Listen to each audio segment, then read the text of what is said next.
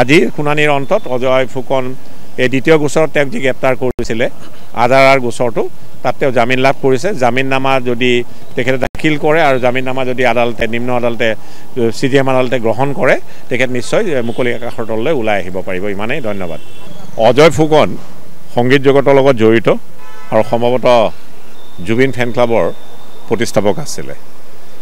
26/10/25 তাৰিখে অজয় ফুকনকে আদি কৰি প্ৰায় 10জন ব্যক্তিক পটাশিল আমবাৰী থানাই গ্ৰেপ্তাৰ কৰি CJM আদালতত প্ৰডিউচ কৰিছিলে। সকলোকেইজন সম্ভৱতঃ জুবিন অনুৰাগী আছিলে। গ্ৰেপ্তাৰৰ পিছত যেতিয়া জামিনৰ আবেদন কৰা হয়, সেই জামিনৰ আবেদন মৰ্মে মহামান্য CJM আদালতে পটাশিল আমবাৰী গোচৰটোত এই গোটেই 10জন ব্যক্তিকে জামিনত মুকলি কৰি, ক্ষমা কৰিব, জামিনত নহয়, দে ৱে সেট এট লিবাৰ্টি, কিয়নো আৰক্ষীয়ে গ্ৰেপ্তাৰৰ সময়ত বহুতো ষ্টেটুটৰী আৰু সাংবিধানিক নীতি নিয়ম পালন কৰা নাছিলে।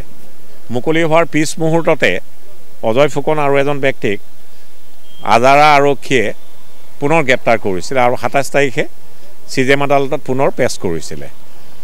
এই গোচৰটো আছিলে আজাৰা পুলিচ থানাৰ অন্তৰ্গত।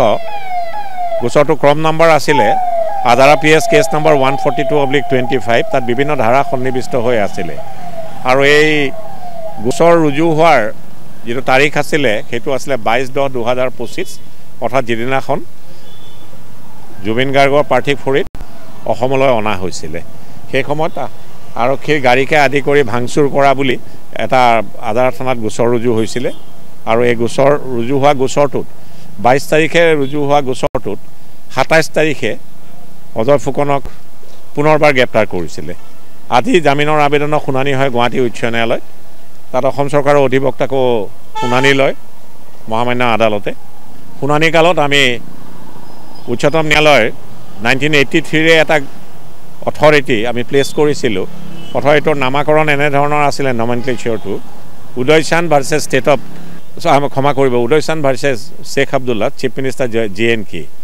সেই গোচৰটোত সুপ্ৰিম কোৰ্টে নিৰ্দেশনা দিছিলে যে এটা গোচৰত জামিন মুকলি পালে আন গোচৰত যদি আৰক্ষীয়ে গ্ৰেপ্তাৰ কৰে আদালতক আগেয়ে অৱগত নকৰাকৈ সেইটো নীতি বহিৰ্ভূত।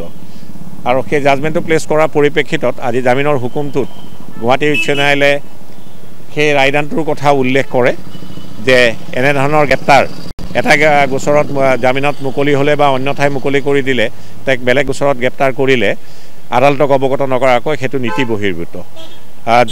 আজি শুনানিৰ অন্তত অজয় ফুকন এই দ্বিতীয় গোচৰত তেওঁক যি গ্ৰেপ্তাৰ কৰিছিলে আধাৰাৰ গোচৰটো তাত তেওঁ জামিন লাভ কৰিছে। জামিননামা যদি তেখেতে দাখিল কৰে আৰু জামিননামা যদি আদালতে নিম্ন আদালতে CJM আদালতে গ্ৰহণ কৰে তেখেত নিশ্চয় মুকলি আকাশৰ তললৈ ওলাই আহিব পাৰিব। ইমানেই, ধন্যবাদ।